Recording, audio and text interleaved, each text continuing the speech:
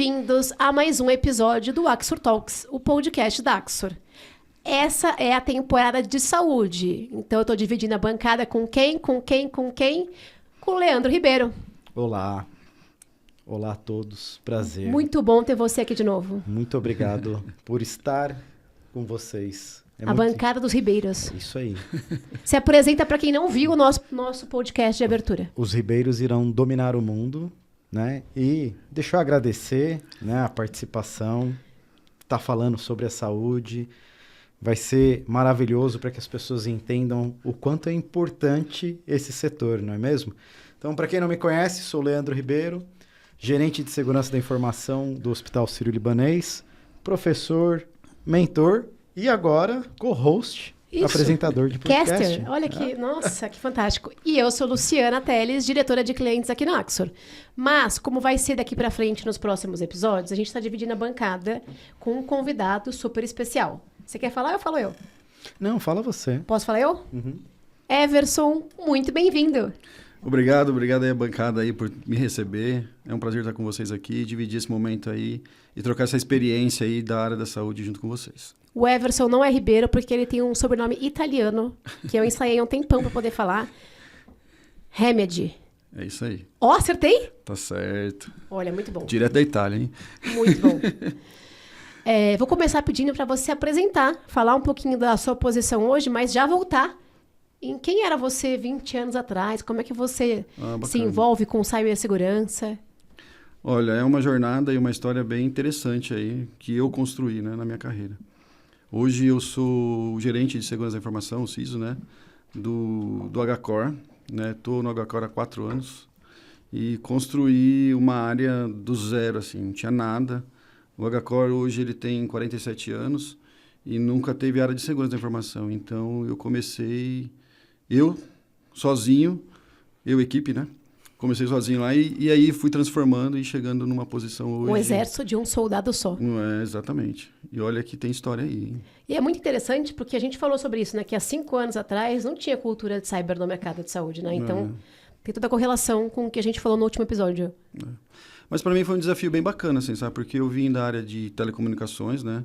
Então, eu dei a minha carreira lá atrás, eu era Cisco. Aí fui certificados aí, vários cursos aí da Cisco, várias certificações da Cisco. Aí eu fui subindo a carreira, e é por eu me tornar um bom técnico, né? E eu virei a chave. Aí eu fiz um trabalho num cliente, e aí esse cliente gostou do meu trabalho e falou assim, pô, eu preciso de um cara de segurança da informação, né? E na época ele chamava de security officer e tal, eu estava ali naquele lance, naquele auge também, começando tudo essa carreira. E aí eu falei assim, não quero saber disso daí não. Eu estou no meu auge aqui de telecom, né, fazendo parte de infraestrutura, mexendo com Cisco, que é o que eu adorava naquela época ali, né? E era o boom também, né? Todo mundo era cisqueiro aqui, naquele tempo ali, né? E aí foi interessante porque eu aceitei o desafio. E aí eu aceitei o desafio como especialista em segurança da informação. Também não sabia nada. Eu tinha que criar política, eu tinha que fazer gestão de identidade, eu tinha que fazer Red Team, Blue Team, eu tinha que criar tudo, cara, naquela época ali. E era tudo sozinho.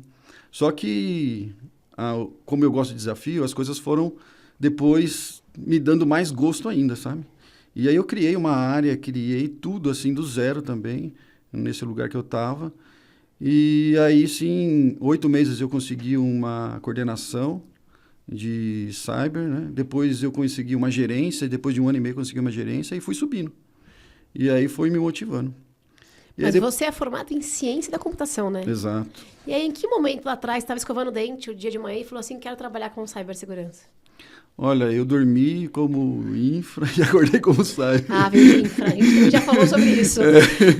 Fez a virada de chave. Fez a virada de chave. Mas já denunciando a sua idade aí, quanto tempo tem isso, mais ou menos? Isso daí, cara, foi bem no começo. Eu era muito novo ainda, né?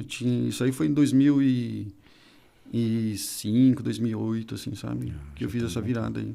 E é desde essa época que você conhece o Fábio Ramos, o CEO hoje da Axor. Pois é, foi lá que a gente se encontrou lá. Ele me ajudou muito em alguns trabalhos que eu precisava, até mesmo de fraude, né, de investigação. E aí ele me ajudou nessas questões aí. Eu tinha Fábio, que fazer... ele entregou a sua idade agora também, tá? Só pra você saber.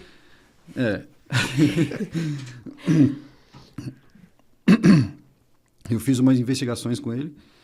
E aí eu tive que fazer muita engenharia reversa, né? Para poder descobrir qual que era o problema que os atacantes ali estavam roubando, né, as informações.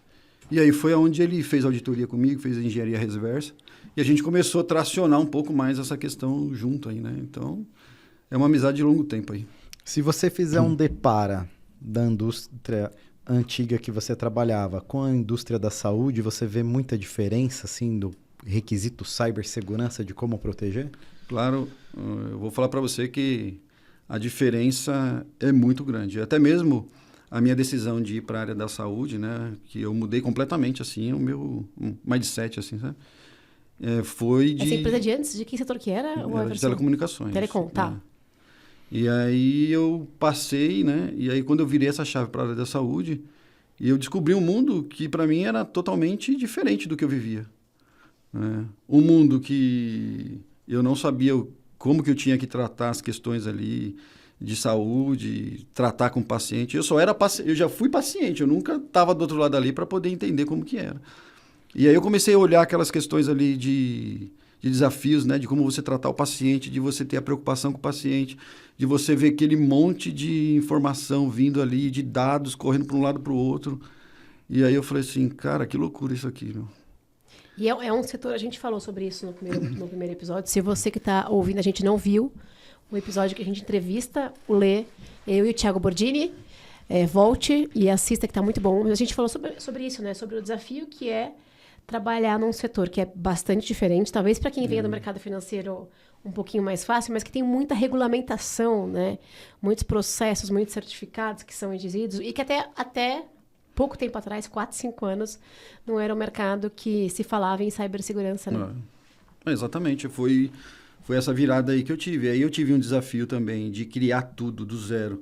Numa área que para mim era desconhecida, eu não conhecia muito do negócio, né? Do negócio da saúde, como que trabalhava o sistema, como que os médicos faziam a prescrição, o prontuário, essas coisas todas. Porque para mim, assim, quando eu peguei, a gente tinha outro desafio ainda que a gente estava fazendo no HCore, era fazer a transformação digital.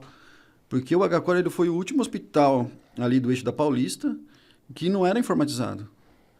Então, tinha outro desafio também, que eu estava fazendo isso tudo na pandemia. Então, eu mudei de trabalho na pandemia, eu comecei a fazer a transformação digital na pandemia, eu comecei a implementar segurança na pandemia. Então, imagina como que era o caos. Logo vemos assim. que você gosta de grandes desafios. Não é não, Lê? Pegou na época mais ousada. Tranquila pra saúde, tranquila pra saúde tava, né? Era um caos. Quero mudar de indústria na pandemia. E ainda fico pensando aqui, enquanto vocês falam, que aí acho que você pode complementar também, Lê, que é um mercado em que as pessoas ainda têm pouca educação em segurança. A questão de acesso, quem tem acesso, né, ao prontuário do paciente. Recentemente saiu na mídia aí uma matéria falando sobre os dados dos famosos, né, como tem vazado essas informações também. Eu imagino que não é só o desafio da pandemia, mas de lidar com o público também, né, interno, que tem baixa educação em segurança, né? Acho que esse é um ponto muito interessante. Depois a gente até pode colocar mais pimenta aí na nossa comida, né? Mas eu acho que se a gente olhar atualmente, as pessoas estão exigindo mais, né? De como os meus dados estão sendo armazenados, as pessoas já se preocupam mais com isso. E essa questão que você trouxe, ela é muito importante, né? Existem várias pessoas que estão, querendo ou não, cada vez mais expostas na internet, né? O Instagram lá que tá bombando porque postou que tá no hospital e assim vai, né? O social media lá fazendo propaganda. E isso, querendo ou não, essa galera sofrendo com os ataques, roubo de credenciais do meio de trabalho tem feito muita diferença, né? E você falando, Lê, dessa questão aí, eu acho que a cultura, né, trazer essa cultura de segurança da informação para o meio hospitalar, ela é desafiadora. Por quê? Quando eu comecei, e como eu disse para vocês, que eu estava fazendo a transformação, estava fazendo essa mudança toda, eu tive que percorrer o hospital todo, e todos os turnos, porque o hospital é 24/7, né? Então, de manhã, à noite, madrugada, eu tinha que percorrer o hospital dando treinamento de segurança da informação, para eu poder depois implantar a política, a segurança da informação, entendeu? Depois fazer os processos, criar a política. Então, eu tive que dar um passo para trás primeiro, porque senão eu não ia conseguir fazer nada. Não ia conseguir implantar nada, não conseguia mudar a cabeça das pessoas, fazer com que aquilo que eu estava implementando ali faz sentido para as pessoas, porque... o futuro do negócio, né? Acho que a saúde também é um negócio, né? Exato. A maior dificuldade que eu tive foi até trazer os médicos para poder entender essa questão, né? Porque o médico ele não quer saber de mudar a senha, ele não quer saber de colocar complexidade na senha, ele quer de facilidade, né? Então, por exemplo, assim, eu preciso acessar o sistema. Como que eu preciso acessar o sistema? Preciso trocar a senha. Não quero trocar a senha.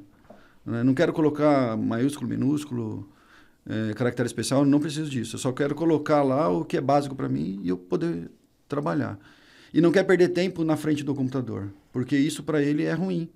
É ruim porque, assim, ele está com uma pessoa ali, está com um paciente ali, ele precisa evoluir logo esse paciente para poder passar por alguma outra, né, evolução, se é uma internação ou se é um medicamento, o que seja, tratar o paciente, né? Então, o tempo que ele perde ali já prejudica um pouco mais, né? Então, eu tenho que o meu desafio é levar a segurança, eu informatizar, porém, eu não posso causar nenhum caos ou nenhum desconforto para o paciente, e também eu tenho que dar agilidade para o médico. Então, esse foi um desafio, assim, que eu tenho isso até comigo hoje, né? Porque isso aí, toda vez que eu penso em mudar alguma coisa, logo eu já penso, eu penso no paciente e também penso no médico, que são os maiores afetados. Excelente. A gente falou um pouco sobre educação, né? E um pouco sobre cultura. Você também viveu desafios muito parecidos, né, Lê? Dentro da sua trajetória também, dentro de segurança em saúde, né? Sim. Eu acho que isso deve ser algo muito comum para todo mundo no setor da saúde no geral, seja consultórios, hospitais, clínicas, farmacêuticas, inclusive, também. Essa necessidade rápida da informação, né, de você precisar fazer o atendimento emergencial ali, muitas vezes no pronto-socorro, né, de ter que ter acesso rápido à farmácia, de ter que ter um acesso rápido a um resultado de exame, seja um exame de sangue, enfim, né, algo ali. Então, você precisa trabalhar com isso. Então, a educação com as pessoas, até para transformar, né, o hospital num hospital digital, é necessário todo esse treinamento e mostrar a importância do porquê você precisa utilizar um sistema mais rápido, mais ágil, exato, com mais informações, com mais controles, né? E aí, por fim, a segurança da informação. Eu acho que esse hoje é um dos maiores desafios no mercado brasileiro como um todo, né? Sim.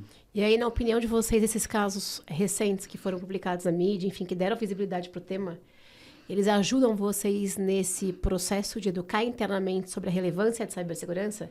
Porque eu fico pensando assim, num mercado em que tem baixa educação, baixa cultura em cyber, PNL, orçamento, centro de custo, é tudo mais difícil também para poder justificar investimento e tudo mais. E aí acaba que quando acontecem esses casos que ganham visibilidade da mídia, né, e que são divulgados na mídia, vocês acabam também conseguindo mais espaço para fazer as mudanças que vocês queriam? Que vocês entendem que são relevantes para a segurança do negócio? Sim. Você quer... Eu posso contribuir também. Como eu disse para vocês, né, a minha diferença, como eu estava em telecomunicações, o que eu pedia de tecnologia, eu tinha facilidade para poder implantar. Então, eu já estava ali naquele meio tecnológico e essas coisas ajudavam muito. E aí, quando eu fui para a área da saúde, eu senti até muita questão de como que eu faço hoje para poder ter orçamento, ou até mesmo para poder trazer recursos, né, para poder colocar dentro do hospital. E aí, sim, esses casos, às vezes, ajudam muito, porque eu tenho o comitê, né, com o board, e no comitê eu sempre relato dos acontecimentos, o que está acontecendo, como que está a área da saúde. Os riscos apontados, se eu não fizer isso, o que vai causar. Então, é muito importante hoje a gente falar, né, para a diretoria, para a presidência do hospital, quais são os problemas, o que está acontecendo no mercado, quais são os riscos e o que pode acontecer se eu não fizer. Então, isso eu deixo muito claro no meu comitê, né? E esse comitê de alta gestão, ele trata essas questões e aí sim eu busco um investimento, né? Aí eu vou lá buscar um investimento. Eu vou, ó, preciso colocar um produto para poder melhorar a segurança no perímetro e tal. E aí eles falam assim, mas vamos analisar. Tá bom.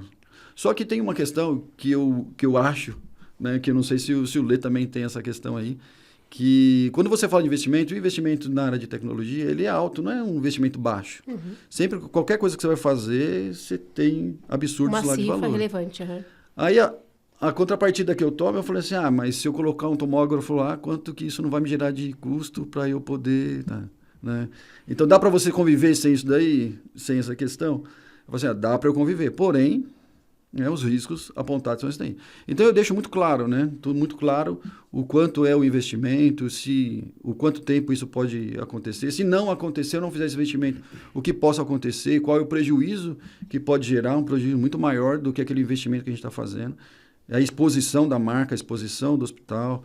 Então, tem tudo isso relevante aí, né? Então, a gente mensura tudo isso daí, abre o mapa de risco lá, mensura tudo e fala assim, olha, estamos apontando dessa maneira aqui. Então, aí a decisão... está no geral, né, tomada. Sim. E tem muitas questões assim que ainda eu sou meio radical, né? Porque assim, caso eu tenha um problema, eu tenho um risco, e foi apontado o risco, eles não querem fazer, vamos abrir uma carta de risco aqui, todo mundo assina aqui para mim, e tá todo mundo de acordo com o risco. Comprado com risco, sim. Exato, porque assim, não adianta eu só querer fazer, ou eu só querer apontar o risco, e aí também eu ficar depois, se acontecer alguma coisa, falar assim, mas não venha, que nem o meu presidente fala assim, você só não vem aqui falar que você deveria ter feito.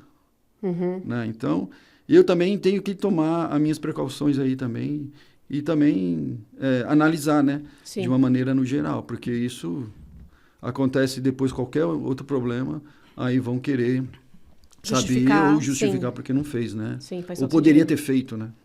Olhando desse ponto de vista, acho que é muito importante a gente trazer aqui para a mesa, né, que no passado o profissional de cibersegurança ele era conhecido como o turrão, né? O chato do negócio. Não pode, me bloqueou, né, não deixou acessar. E para fazer a transformação digital nos hospitais, começar a utilizar a inteligência artificial e etc., é necessário ter uma segurança da informação mais aberta também para poder deixar a inovação rolar solta. Como é que você tem visto e como é que você tem sentido, não só na sua instituição, mas no mercado, como é que você vê que isso está acontecendo? Você vê o CISO já um CISO mais aberto, discutindo mais essas questões, ou você acha que ainda tem muito CISO que trata os processos ali a ferro e fogo? Eu acho assim, tá tendo muita mudança agora, né? Muita mudança de comportamento. Ou até mesmo muita mudança de o CISO olhar para o negócio. Então, como eu disse para vocês, né? Eu vim de uma área muito técnica, né? Então, eu tive que virar uma chave para poder entender um pouco do que eu estava fazendo na área de segurança para poder implementar. Aí, como a Lu também... E entender do negócio, né? Porque exatamente. Acho que um grande desafio de quem vem de uma área técnica Exato. é conseguir fazer a linguagem do negócio, entender a linguagem do negócio, né? Então, e esse foi o meu maior desafio, meu interno, né? Porque eu precisava virar uma chave muito rápido. Porque se eu não virasse uma chave muito rápido, eu não conseguia fazer o trabalho ou implementar a segurança de um modelo de negócio. Só que quando você vai para uma reunião e no board e você vai falar de segurança, você não pode ser técnico. Você não pode ser incisivo ali e falar para o cara assim, não, eu preciso bloquear o acesso tal, eu preciso dar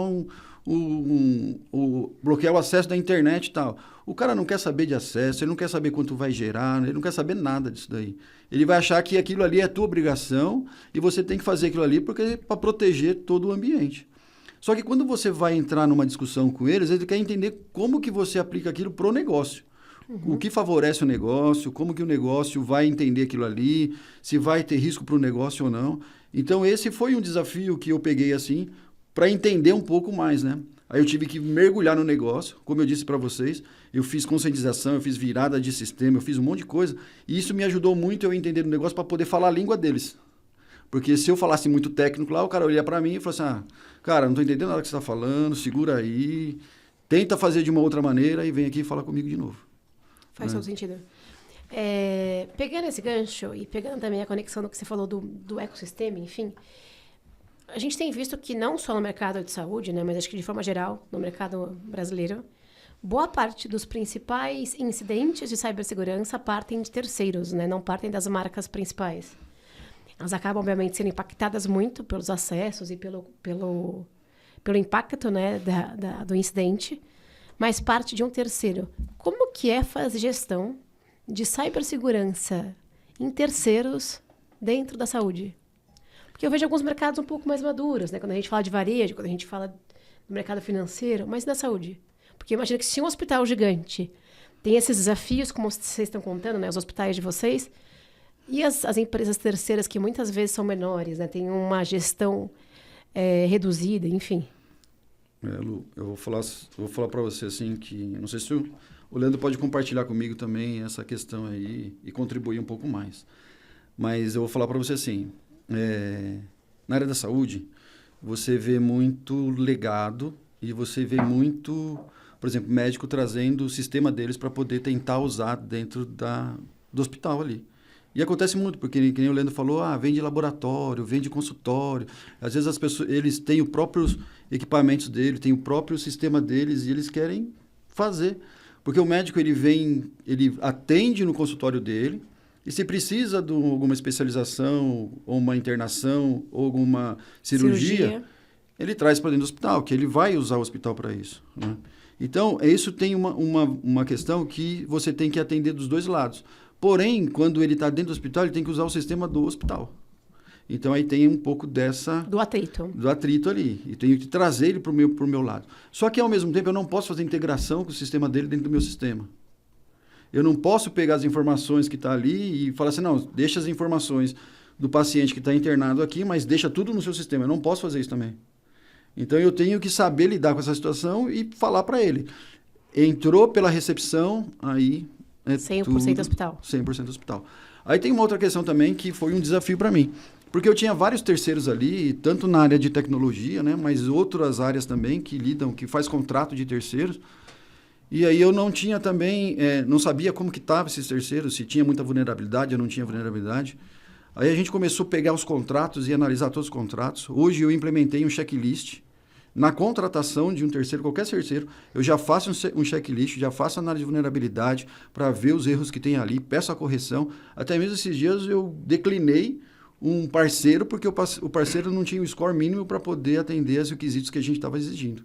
Então, essas travas que eu coloco de processo, às vezes me ajuda muito a eu ter um pouco mais de segurança com de controle. Sim. Até mesmo para poder entender do lado dele qual o problema que ele tem. Se tiver alguma conexão ali, uma VPN conectada ou qualquer tipo de integração ali, para eu não ser prejudicado dentro do meu ambiente. Porque isso, para mim, é o maior risco também. Às vezes você vê muitos ataques que eu posso estar com a minha rede totalmente segura, mas você vê a conexão ali e vem uma vulnerabilidade de um terceiro, possa infectar o meu sistema, aí eu também tenho esse prejuízo. E outro ponto também que a gente faz, né? Coloca a responsabilidade com o terceiro também. A gente firma contrato, tem NDA, então deixa ele ciente da responsabilidade dele também. E também tem a LGPD, né? A LGPD também ajuda a gente nessa questão. Porque caso tenha algum problema, a gente já aponta. Fala assim, tem a cláusula LGPD, você tem que estar cumprindo com a LGPD. E se tiver multa, a gente vai ter que levar isso com o DPO para poder tratar essas questões aí. Sim. E aí, pensando em normalizar, não sei se você quer completar alguma coisa? Não, na realidade eu ia colocar mais um desafio em cima da pergunta, né? Porque eu acho que é muito o cenário dele também, é um cenário, inclusive, que todos os hospitais acabam passando, né? Nossos hospitais recebem visitantes, pacientes de outros estados, e muitas vezes os outros estados não possuem o mesmo nível de privilégio ali de cibersegurança, de ter uma postura mais elevada, né? Infelizmente, a gente sabe que tem outros estados que ainda têm uma certa carência. E aí, acho que uma pergunta que eu ia trazer você recebe, por exemplo, muitos resultados de exames de outros estados e que você vê que não tem segurança nenhuma e e o médico precisa abrir ali de forma rápida. Sem controle de acesso, enfim. Muitas vezes, para poder também atender um paciente, você sofre com esse problema. Eu imagino que a Gacor receba gente do Brasil inteiro, porque, enfim, é o hospital referência que a gente tem de coração, né? A gente estava contando lá fora vários casos, inclusive, que arrepiam, né? Que contam um pouco da história do hospital. Eu acho que vocês recebem gente de todos os lugares, né? Na verdade, a gente vem até gente de fora, né? De outros países aí também poder se tratar com a gente. Então, realmente isso tem um problema grande, né? Porque às vezes, eu lembrando de algumas coisas aqui, né? A gente tinha muito do pendrive, né? Então o cara trazia o exame no pendrive, eu tinha que abrir a porta do pendrive. Na verdade era tudo aberto, né? Não tinha muito essas travas, não. Depois que eu entrei, que eu comecei a travar tudo, aí o pessoal não queria nem me ver dentro do hospital. Eu tive que me esconder por um período lá para que ninguém me achasse, né? Mas eu tinha essa dificuldade, porque assim, como que eu ia trazer, deixar tudo liberado, entendeu? Para poder acessar esses resultados, ou até mesmo... Era muito difícil, por exemplo, um hospital que vem de fora, o cara vem com o resultado, ou vem impresso, às vezes nem vem impresso, não tem nenhum portal para poder baixar os exames, né? Então, eu tinha que facilitar. Quando eu entrei, para você ter ideia, tinha CD lá, drive de CD, que eles ficavam fazendo leitura no CD para poder ver essas questões. Então, para você ter ideia, eu tive que mudar tudo essa cultura, né? Eu não vou dizer para você que hoje não tenho, mas eu diminuí muito essa questão, né? Então, a gente também tem as orientações que a gente passa também, até mesmo para os pacientes, né? E aí, as pessoas pegam e falam assim, como que você vai trazer seu exame? Já começa a tratar. Mas desde a hora do agendamento, né? Exato, qual o formato de exame que você tem, enfim. Mas tudo isso já foi uma questão que eu tive que trabalhar para poder mudar algumas coisas dentro do HCOR. Sim. Que a mudança da cultura, porque todo mundo tem a intenção de facilitar. Esse é o ponto. E entendeu? É nessa hora que os atores maliciosos se aproveitam, né?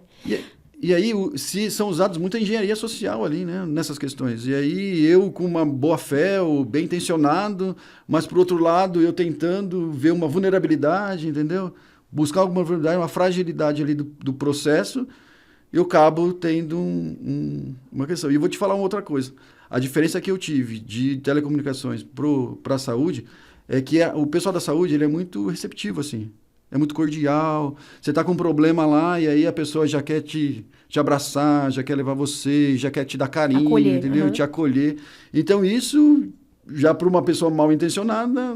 É um primeiro passo bem importante, primeiro passo, né? Já falando um pouquinho de mercado, né? De como que a gente pode nivelar a maturidade ao mercado, já quero comentar com vocês que o nosso podcast tem como principal objetivo gerar conteúdo de qualidade, mas fazer com que pessoas do nosso mercado troquem informações, né? Que a gente tenha esse senso de comunidade que é tão importante também no mercado de saúde. A gente viu mercados que se transformaram, né? Que ganharam maturidades muito grandes, justamente por conta da conexão entre empresas, muitas vezes apoiadas, né? Ou obrigadas por algum tipo de entidade de associação, enfim, que faz o controle ali do setor. Como é que vocês estão vendo isso no mercado da saúde? Como é que o mercado pode se unir, né, para garantir que, por exemplo, a clínica de uma cidade do interior de algum estado que tem menos acesso à tecnologia consiga saber quais são os requisitos mínimos de segurança antes de repassar um exame de um paciente que vai ser trazido aqui para o HCOR, enfim. Como é que vocês estão vendo esse movimento de mercado, de comunidade mesmo, de maturidade? Acho que eu vou começar aqui. Boa. E aí eu compartilho com você. Ótimo. É até bacana porque nós estamos iniciando um movimento com a ABCIS, Associação Brasileira dos CIOs do setor da saúde, né? Não existia nenhum órgão no Brasil falando de cibersegurança para o setor da saúde, né?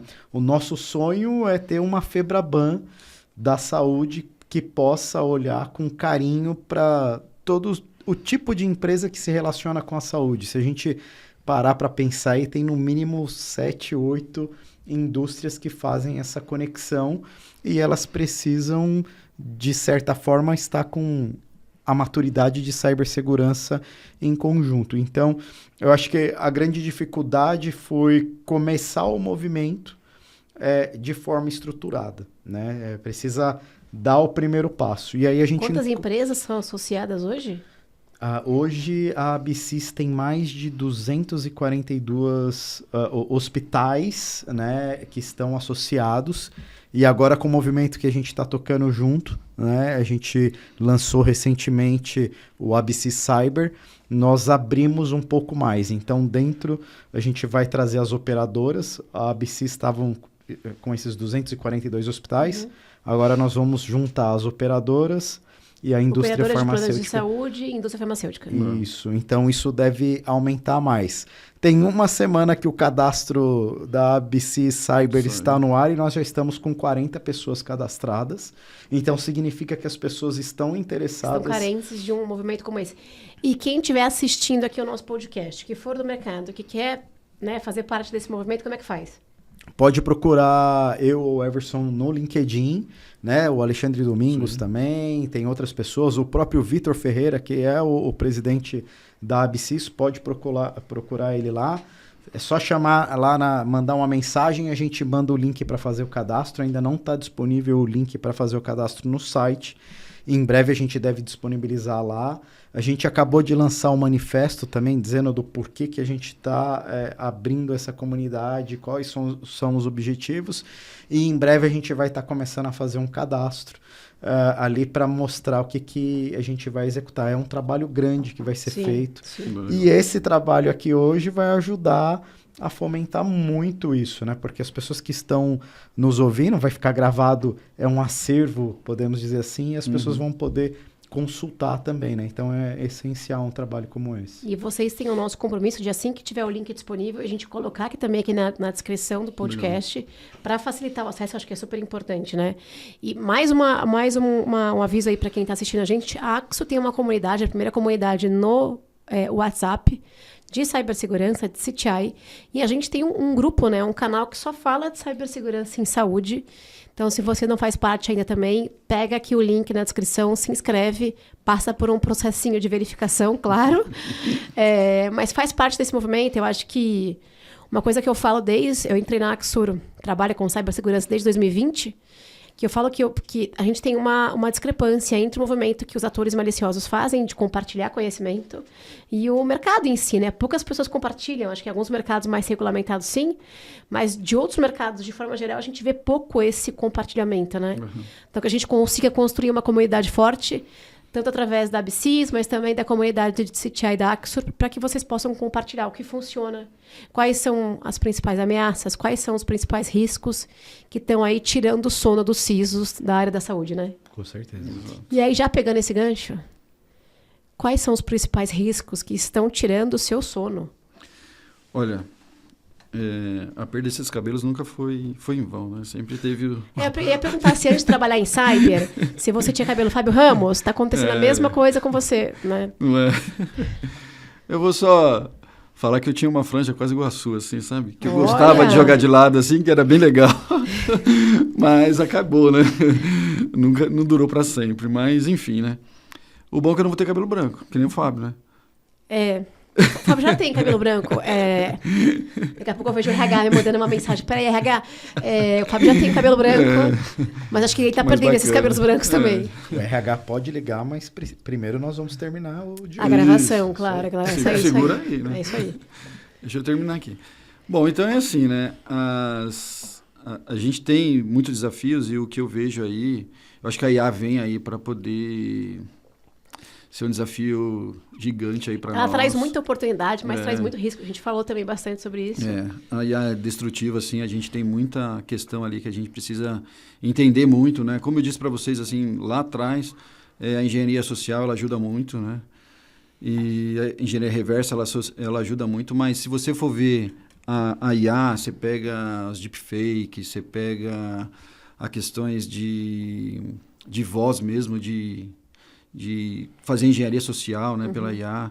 Então, phishing, né, voltado para a IA. Então, tem muitas coisas ainda que já tem, né, mas já estão se construindo através da IA. Então, a IA para a gente hoje é um desafio, a gente precisa entender um pouco mais esse comportamento. Eu até mesmo legal o que o Leandro falou, que, né, da BCIS, porque essa era uma questão que eu tinha uma carência quando eu vim para a área da saúde, né? Eu não via essa unidade, eu não via que as pessoas conversavam, né? Mas esse movimento que o Leandro tem feito na área da saúde também, isso gerou muitas questões aí das pessoas se conversarem, de trocar essas informações. Então, isso ajuda muito. Mas, assim... Eu jurava que você ia dizer ransomware. O ransomware eu vou te falar, né? A gente nem precisa nem falar, né? Porque o ransomware é o problema de todo mundo, né, cara? Né? O Bordin tem uma frase que ele falou assim, ele é um caso do quando, que todo mundo sabe que alguma hora vai acontecer. A gente não sabe a quando. A gente pega assim, ransomware é o que é o mais falado hoje, né? Então todo mundo tem essa preocupação, todo mundo tem essa questão. E hoje, se você pega uma área da saúde que tem, qual que é o maior problema que a gente hoje, ou que a gente previne hoje? É os dados, né? Então, que é a maior quantidade ali de informações que a gente tem. Você sabe que eu acho que para o nosso setor, e aí veio inclusive um relatório recente falando isso, né? Um relatório recente da Axor, falando sobre os infostealers, né? O malware que fica ali plugado, no device, roubando as informações. Acho que para a gente isso é um grande desafio, né? Porque... E ele pode ser porta para ransomware, inclusive. Ele pode ser a entrada ali, ele pode ser a porta para entrar um ataque mais agressivo para vocês, né? Para começar um ataque mais agressivo. E falando da saúde, né, assim, em específico, né, a gente vai falar aqui de, poxa, eu preciso proteger o dado sensível. Mas aonde está o meu dado sensível? Está no celular do paciente, que está vendo ali o resultado do exame dele. E aquele dispositivo, ele está seguro? Né? Será que aquele dispositivo não pode estar com um infostealer e ali o exame, infelizmente, ser enviado ali para um local onde as pessoas vão acabar... E até os médicos, como você falou, né? Eles também usam celular para baixar arquivos, enfim, para receber um monte de informação e pode ser um caminho super relevante. Hoje, o que mais traz aí para o médico a facilidade, por exemplo, é o celular. Então, hoje ele pode acessar um portal ali para poder baixar. Eu vou falar até outras coisas assim, né? Às vezes o paciente mesmo manda para o WhatsApp dele o resultado do exame, entendeu? Sim. Então, são controles ainda que é bem complicado, são desafios para a área da saúde para ter todo esse controle, entendeu? Mas você falou de infostealer, agora no começo de 2024, sem dúvida foi o recorde de detecção de bases capturadas por infostealers, então... Inclusive Brasil liderando, né? Com o maior número de celulares, dispositivos móveis infectados, né? E a gente volta no tema da educação, que é por isso, certamente, que é fácil conseguir, né, roubar essa informação dos devices das pessoas brasileiras, porque não são só os profissionais de saúde, mas as pessoas, de forma geral, que não trabalham com tecnologia, que não têm esse conhecimento tecnológico, elas têm mais dificuldade de entender os riscos da cibersegurança, né? Eu contei num dos podcasts que a gente gravou que meu pai, ele recebe lá os e-mails, né, de banco, enfim, e aí todo banco que ele não tem conta, ele me liga e fala, filha, recebi aqui um e-mail do banco tal, eu abro ou não? Eu digo, você tem conta? Não, então não abre. Pensa nisso, na força que tem para além dos e-mails, né? Hoje, baixando aplicativo, jogos, a gente tem uma camada da população brasileira que ainda tem baixa educação, não só tecnológica, mas também em cibersegurança, né? Não é fácil, não é fácil. E aí, a gente começou aqui o nosso bate-papo, você trouxe um ponto que eu quero voltar aqui, que a gente falou também com você, Lê, que é sobre a experiência do paciente. Acho que, de forma geral, né, até pela sensibilidade do tema, quando a gente precisa de um atendimento médico, a gente espera o acolhimento, uma facilidade de acesso, enfim. Como é que você tem visto esse equilíbrio entre dar segurança, que certamente cada vez fica mais em foco, mas também equilibrar a experiência do paciente? Então, agora falando do Open Health, né? Hoje, assim, a gente também tem essa preocupação, né? E trazer essa cultura para dentro do hospital. Hoje a gente tenta levar mais os pacientes para uma área, para um aplicativo ou para um portal. Então, a gente faz esse trabalho também junto ao paciente. A gente tem modalidade de, por exemplo, até pedir, tá no quarto, pedir uma questão. A gente tem um andar que hoje a gente fez um andar modelo, né? Esse andar modelo ele é todo informatizado com IoT, com Alexa. Então, e a gente dá essas oportunidades assim, para ele poder se envolver junto com a gente. Sentido em casa, E se sentir em literalmente. casa, né? Porque você, liga a televisão, Alexa, liga a televisão, vai lá, liga a televisão. Então, a gente também traz essa modernidade, né?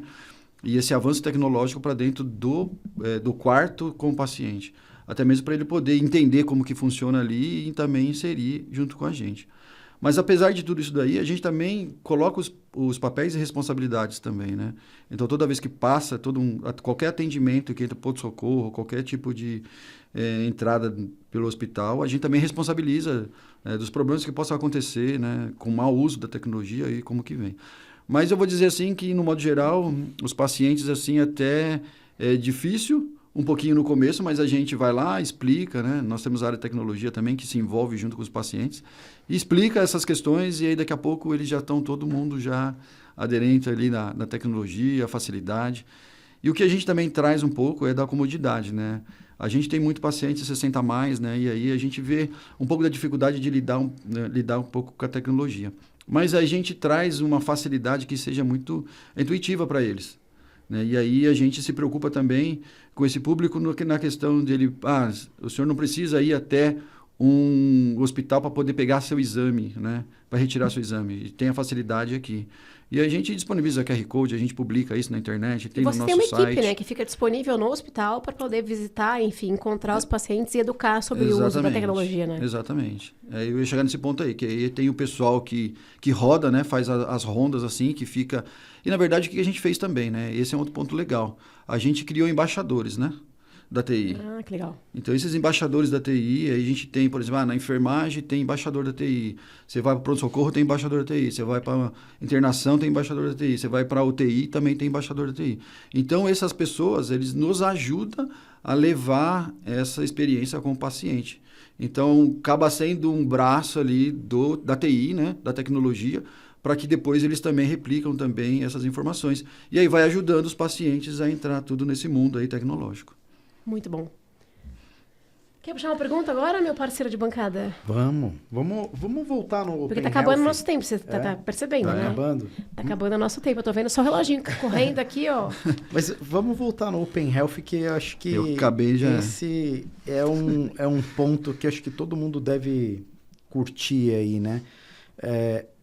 Para facilidade, né? Você trouxe os pontos que estão sendo trabalhados lá dentro do hospital, enfim.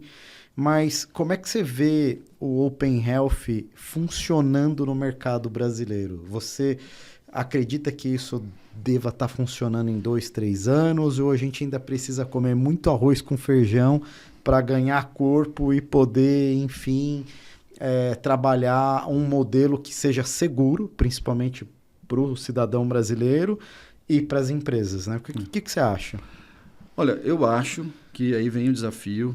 Eu acho que já estamos evoluindo nessa questão, mas para a gente poder trazer um pouco mais de segurança, eu acho que precisa de um regulatório, né? Que isso possa trazer um pouco mais de segurança.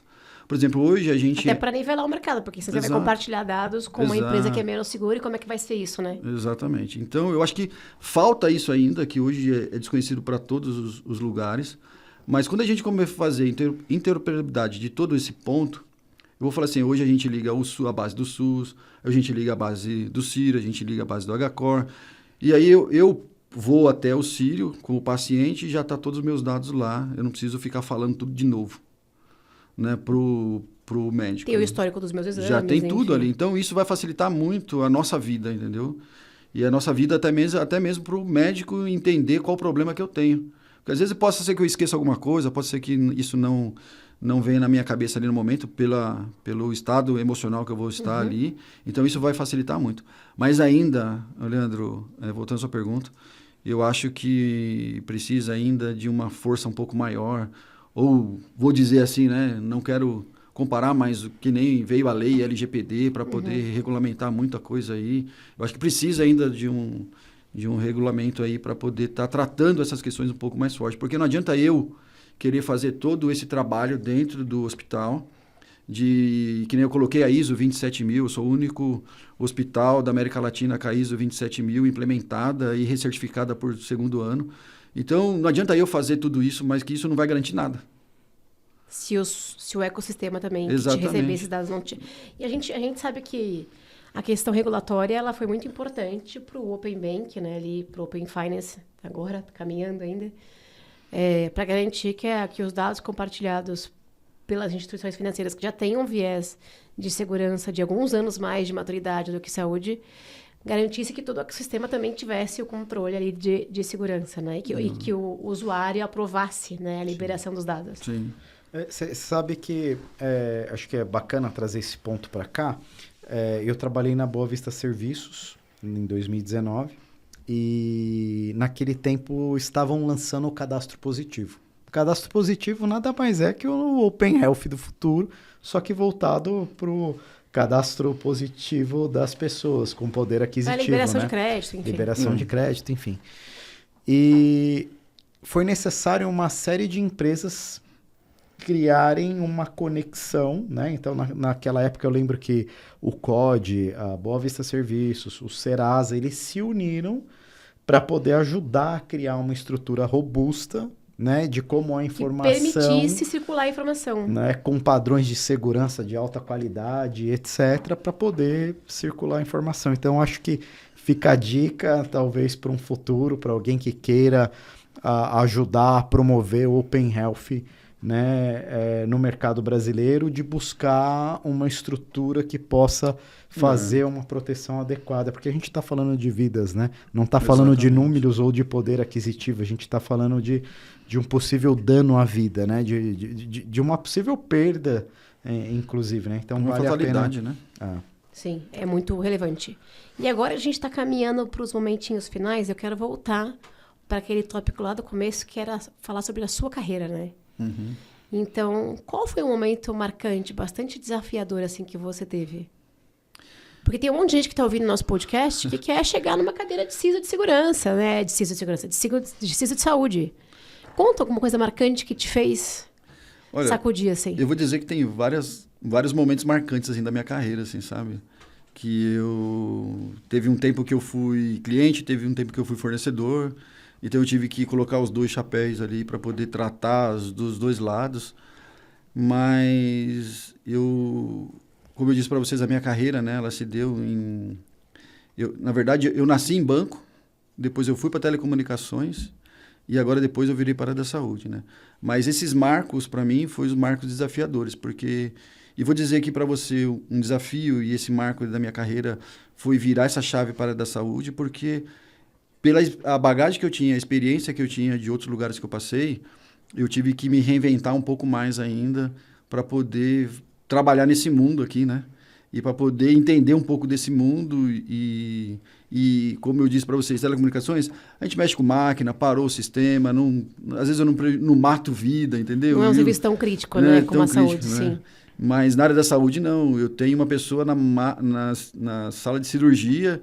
Se der uma pane no sistema, eu posso... Perder uma vida. Perder uma vida, entendeu? Então, isso para mim é um desafio muito grande. Eu levo isso comigo dentro do meu trabalho, né? Todo dia que eu entro lá, todo dia que eu saio e a gente fica trabalhando nessa questão. Então, isso para mim é muito importante, porque pode ser que eu esteja naquele lugar ali e acontecer alguma coisa comigo, entendeu? Então, ou um familiar, alguma coisa. Então, independente da pessoa, mas às vezes você tem que ter a empatia também de trabalhar com a área da saúde. Tem uma operação extremamente crítica de vocês, é impressionante como a gente não pensa, né, em segurança nesse cenário. Mas é uma operação extremamente crítica. E como é que você explica para sua família o que você faz? Porque eu fico pensando assim, eu tenho dificuldade de explicar lá em casa o que eu faço na prática. Teve um tempo que eu não explicava mais não, né? Porque todo mundo achava que eu era meio maluco. O que você faz? Trabalho com isso, trabalho com informática e não sei o quê. Mas teve... Você também é a pessoa da família que arruma as impressoras? Olha, eu já fiz impressora, computador, todo mundo me chamava para fazer tudo, entendeu? Celular agora. Celular, aí eu falei assim, olha, já não mexo mais com isso, estou mudando de área, né? Para não ter mais esse problema, né? Mas eu vou falar para você assim, como eu disse para vocês também lá atrás, eu mexia muito com a parte de fraude, muito com a parte de investigação. E eu também não gostava muito de ficar falando muito essas questões, né? E aí eu tratava isso de uma maneira um pouco mais comigo, né? Mais contida. Mas hoje, como eu disse para vocês, nas minhas palestras que eu faço, nas minhas reuniões que eu faço de segurança, eu já costumo falar assim para todo mundo. Todo mundo tem celular aí?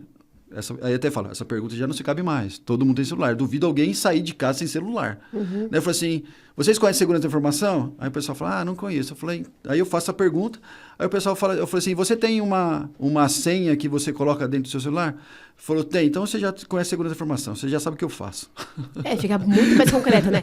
Você já pode perguntar, você tem algum relógio, um smart relógio, você tem algum óculos que, enfim, dá acesso à internet? Porque, Lu, eu vou falar assim, hoje a segurança da informação, mesmo que você não conheça o nome, mas ela já está inserida na sua vida. É isso mesmo. Tanto no seu lado pessoal quanto no seu lado profissional. Então, não foge mais essa questão. Então, hoje está mais fácil de você falar, de você explicar, de você entender.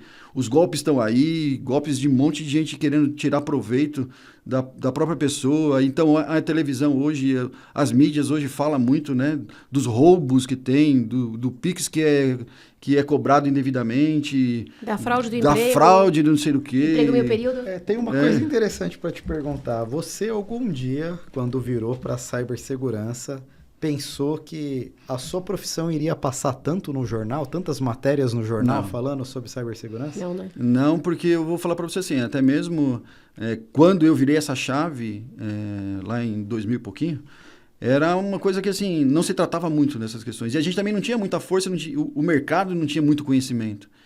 E hoje a gente vem crescendo mais e cada vez mais, quanto mais desafios quanto mais a tecnologia avança, mais desafio ela propõe para nós. Sim. Como profissionais da área da segurança. Você acredita que esse ano minha mãe me mandou uma mensagem falando assim, filho, você está trabalhando na crise que está aparecendo na televisão? Começou a conectar, né?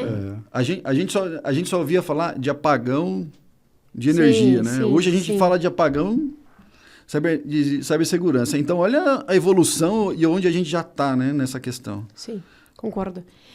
Se você não fosse trabalhar com cyber, que carreira que você ia seguir?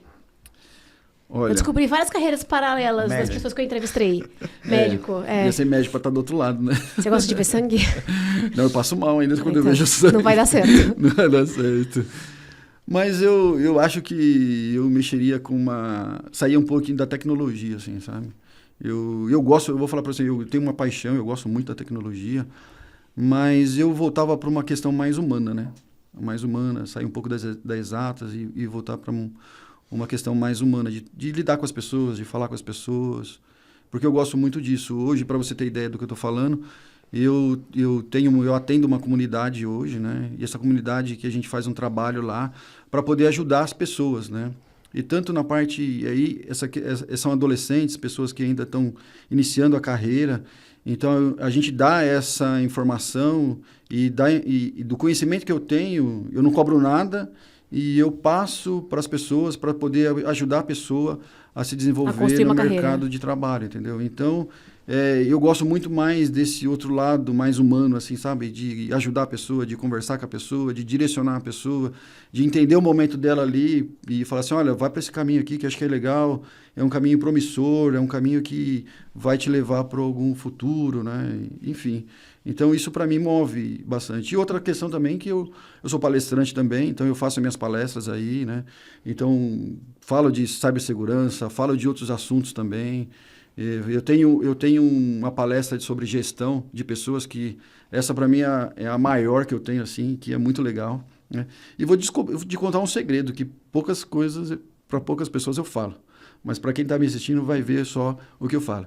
E ainda eu sou caçador de asteroides. Olha! Que legal. Sempre que a gente pergunta para alguém, descobre alguma coisa diferente. O Lê do Bradesco contou no podcast de mercado financeiro que ele era músico. Tocava em banda de reggae. Reggae, Lê, se é que eu falei certo, falei, né? Acho que é reggae. Cada um tem o seu caminho para além da tecnologia e da segurança. E é uma loucura isso aí. Então, é um pouco do meu hobby ali, um pouco que eu faço para poder descontrair um pouco o meu dia a dia, né? E para poder também tirar essa carga, né? Que a gente vive o dia a dia aí com essa tensão. E eu te perguntar agora o que você faz para desestressar, mas já consigo imaginar ele com a luneta, enfim, olhando pro céu. Não, mas não é assim não, peraí, né? Vai, conta como é que é esse processo. Peraí, eu tive uma reunião difícil aqui, vou aqui olhar para as estrelas. Pelo amor de Deus. Tem que saber como é que tá o tempo, aonde você vai posicionar. Pois é. Não é fácil não, hein? Não é Já não. consigo imaginar ele com um laboratório de astrofísica na casa Mas dele. não é tranquilo, pensa. não. Mas é tranquilo. Eu vou falar pra vocês que, assim, eu sempre gostei muito da parte de ficção científica, assim, sabe? Então isso me motiva muito. Eu gosto de assistir filme, eu gosto de ver as coisas que estão acontecendo fora daqui do nosso planeta. E isso me chamou um pouco a atenção, porque tem um programa do Ministério da Telecomunicações, do governo, que promove essas questões aí, né, de caçadores de asteroides. Então você se inscreve lá. Eu jamais imaginei que existia um programa para caçadores de asteroides, tá vendo, gente? E aí você se inscreve, eles te dão um programa para você, são imagens de satélite, e aí você fica lá, aí você também tem que estudar, né? Não é só chegar lá e você tem que entender do negócio ali. E aí você começa a entender ali quais os pontinhos pretos que aparecem ali, e aí você vai circulando, aí você vai vendo o tamanho, a cor, e aí vai identificando qual o perigo que tá, como que é, se tá direcionado para a Terra ou não. E já teve casos que foi identificado que tava. Essa semana tá rolando aquele lance de tá passando vários asteroides pela Terra. A semana né? que a gente tá gravando, tá? Não necessariamente. Não fique em pânico, que não necessariamente é a semana que você tá assistindo. Exato. Se você tá assistindo, significa que deu tudo certo, que eles desviaram da Terra. Pois é, já tá garantido aí, fique em paz.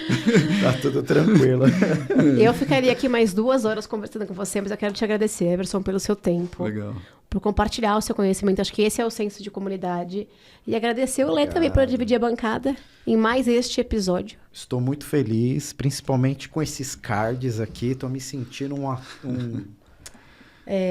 apresentador global. Pegando a pegada das Olimpíadas, a gente tá tipo Cazé. Cazé. Isso. Muito obrigado por estar divulgando o setor da saúde e a importância de protegê-lo. E se você gostou do nosso podcast, compartilha com os seus colegas, dá aqui o like, sininho, bem blogger, né? Comenta com a gente aqui quais são os seus feedbacks, porque é isso que a gente quer criar esse senso de comunidade. Valeu, bom descanso para vocês. Valeu, obrigado. Valeu, obrigado.